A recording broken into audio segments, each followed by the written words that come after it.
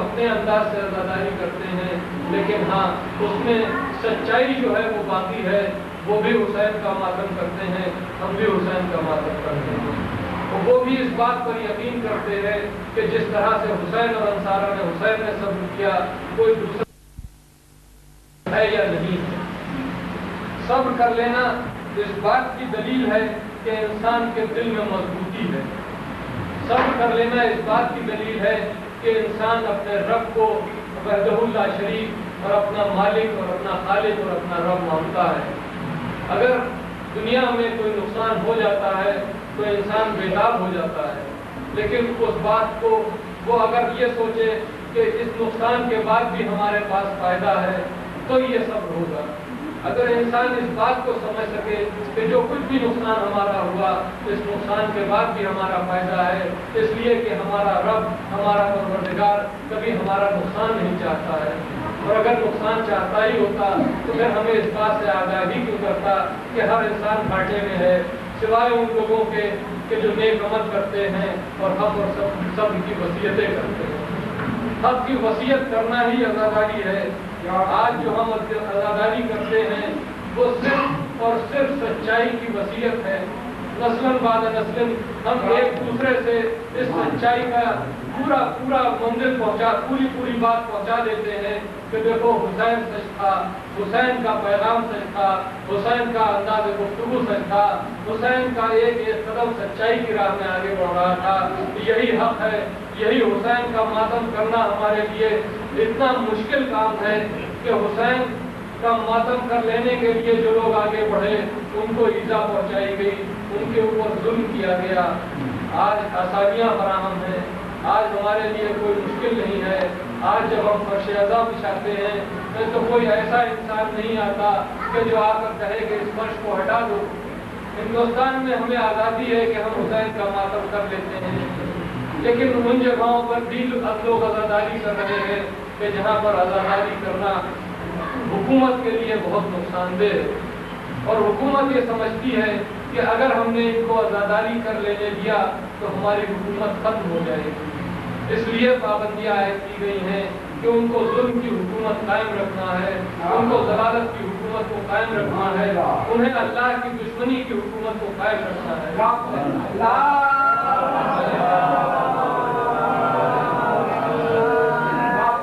اگر وہ پاسبان حرمین بنے ہوئے ضرور ہیں لیکن ان کا مقصد کچھ اور ہے. آج وہ حج کے موقع پر مسلمانوں سے ٹیکس وصول کرتے ہیں. آج جب مسلمان مکے میں پہنچتا ہے تو ان سے کرایہ وصول کیا جاتا ہے، حالانکہ انہی کی شریعت کے لیڈرز نے اس بات کو ختم بھی کرنے کی کوشش کی تھی. حضرت عمر نے اس بات کا اعلان کروا دیا تھا کہ مکے میں حج کے موقع پر کسی کے گھر کا دروازہ بند نہیں رہے گا، جو آئے اور جس کے گھر میں ٹکنا چاہے ٹک جائے. اور اگر کسی کا دروازہ، لیکن آج یہ حکومت اب یہ حرم پاک کی حفاظت کرنے کے لیے آگے بڑھتی ہے کہ اس کو ٹیکس وصولنا ہے، اس کو دنیا کے مسلمانوں کے اوپر ٹیکس لگا کے اپنی حکومت کو مضبوط بنانا ہے. وہ حکومت کو مضبوط بنانے کے لیے اسلام کو چھپانا چاہتے ہیں. اگر حسین کا ماتم مکے میں ہونے لگا، اگر حسین کی آواز مکے میں پہنچ گئی تو سچائی ظاہر ہو جائے گی. دنیا یہ بھی جان جائے گی کہ یہی وہ سرزمین مکہ تھی کہ جس پر حسین نے آ کے قیام کیا تھا، لیکن حسین کو وہاں رہنے نہ دیا گیا. احرام میں تلواریں باندھ کر مسلمان آ گئے اس لیے کہ حسین کو قتل کر دیا جائے، کیونکہ حسین اس حکومت کے لیے خطرہ بن گیا تھا کہ جو یزید نے قائم کی تھی. یزید کو اس بات کا حق نہیں مل پا رہا تھا کہ وہ کھل کے یہ کہہ سکے کہ ہماری حکومت اسلامی حکومت ہے، اس لیے کہ حسین کے پاس لوگ پہنچ جاتے تھے. تو یزید یہ چاہتا تھا کہ حسین کو قتل کر دیا جائے، چاہے خانہ کعبہ میں طواف کرتے ہوئے کیوں نہ قتل کیا جائے. اسی حکومت کی پیروی کرتے ہوئے آج کی حکومتیں بھی چاہتی ہیں کہ اسلام کو کسی طرح ختم کر دیا جائے، اور ان کو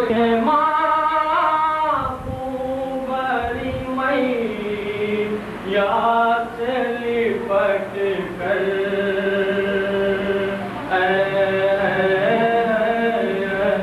اکبر علی اکبر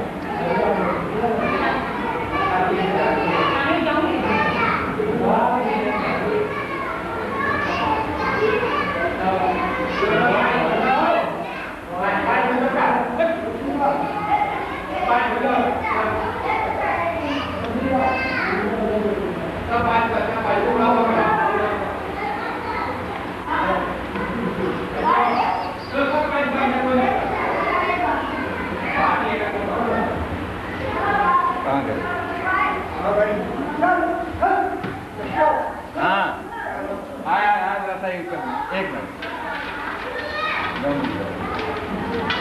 یہ تو آگے